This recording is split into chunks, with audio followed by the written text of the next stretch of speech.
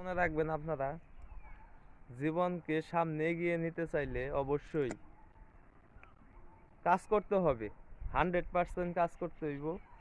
দেখেন আমি কিন্তু আজকে মাঠে কাজ করতেছি, দেখেন এই যে আমার নিজের ক্ষেত, অন্যের ক্ষেত না, কিন্তু আমি নিজের ক্ষেতে এই যে কাজ করতেছি। এটা কিন্তু কোনো লজ্জার কোনো বিষয় নাই, নিজের ক্ষেতের কাজ। আর আমরা চেষ্টা করব সব সময় নিজে নিজে ফসল আবাদ করে খাওয়ার চেষ্টা করব সব সময়, মানে নিজের হাতে ফসল লাগানোর চেষ্টা করব। সবাই ভালো থাকবেন, সুস্থ থাকবেন। ধন্যবাদ।